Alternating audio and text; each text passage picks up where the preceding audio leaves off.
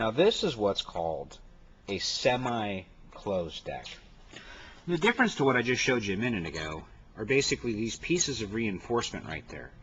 And what that's there for is that helps control the expansion of the cylinder liners. And the reason that's important is this is actually a turbo engine. And with the increased amount of boost from the turbo, the cylinders are under a lot more pressure. There's also going to be a lot more heat that's generated in the turbo engine too as well. So Subaru wanted to have some sort of way of combating that, and so they came up with these little pieces of reinforcement right there. And this is what's known as a semi-closed deck. And the reason this is important is that from what I've been able to figure out, for the 2010 Outback, Subaru has gone to a semi-closed deck for not only the turbo engines, but for the naturally aspirated engines as well. And I think that that's a real important thing in regards to head gasket reliability. And I'm going to kind of show you what I mean there. This right here, this is a head gasket. This would be the updated head gasket for a 1996 to 1999 Subaru Legacy Outback with a 2.5 liter, or a 98 Forester with a 2.5 liter, or a Legacy GT dual overhead cam with a 2.5 liter. Essentially, pre-single overhead cam, basically what Subaru had was a multi-layer shim gasket. It's actually 4 pieces of steel, and this was their fix for their problems with the first generation 2.5 liters. And kind of what I want to show you is that as we put it on this engine block, you can actually see that there's parts of the block that stick out right there that would kind of prevent you from wanting to really use this gasket. So what I'm going to show you now is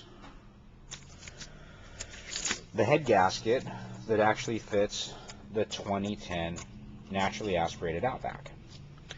And so what you have is you've got all of these separations here, rather than there just being 2 large coolant ports. There actually now instead is multiple holes, supporting the theory that I have that, well, we're going to take one apart pretty soon, but until then, what I have is that the 2010 Outback now has a semi-closed deck engine block, and they're also using this head gasket. That much I do know.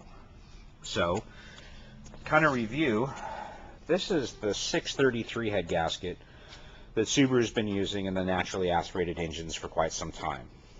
It's also the head gasket that's installed at the dealer level that still leak. This thing is just a bad idea.